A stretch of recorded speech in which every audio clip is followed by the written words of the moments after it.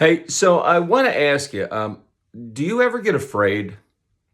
I mean, right, we all do at times, right? I mean, uh, listen, I can't watch a Halloween movie without like, right? I need somebody sit next to me so I can grab them and squeeze them while I'm screaming, and so, it's okay, right? It's okay to be afraid of something like that. But what about in our everyday lives? You know, what makes us fearful? Is it a fear of the unknown? Is it a fear of something could happen in our jobs?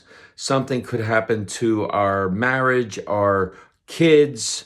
Something could happen to our parents. What about money issues? What about, an addict in the family somewhere? What about uncertainties in our world? There's wars and there's famines and there's earthquakes and right and we start to get all tense and we start to fear about what's going to happen next and we don't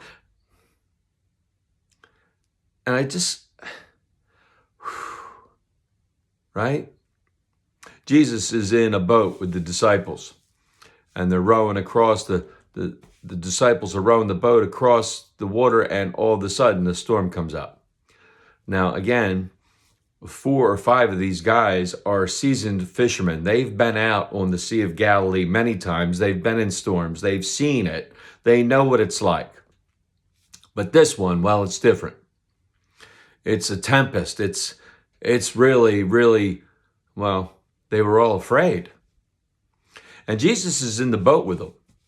And they're fearing for their lives and they're doing everything they can to get the boat back to shore. And Jesus is asleep in the front of the boat with his head on a pillow.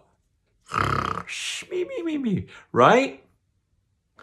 And the disciples finally are like, Jesus, you got to wake up, man. You got to get up and make something happen. Get us out of here.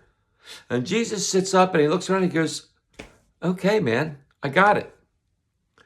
And he says, calm, be still. And the wind died down and the waves died and the storm stopped. And the disciples are freaking out. And Jesus looks at them and says, why are you afraid? Where's your faith? And I think that's the question we need to ask ourselves when we start getting fearful. Where is our faith? What does our faith truly lie in? Is it ourselves?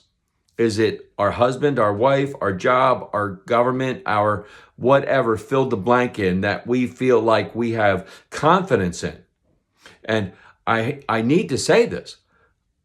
Why don't we have that faith in God that he can work incredible things as we go through our lives day by day?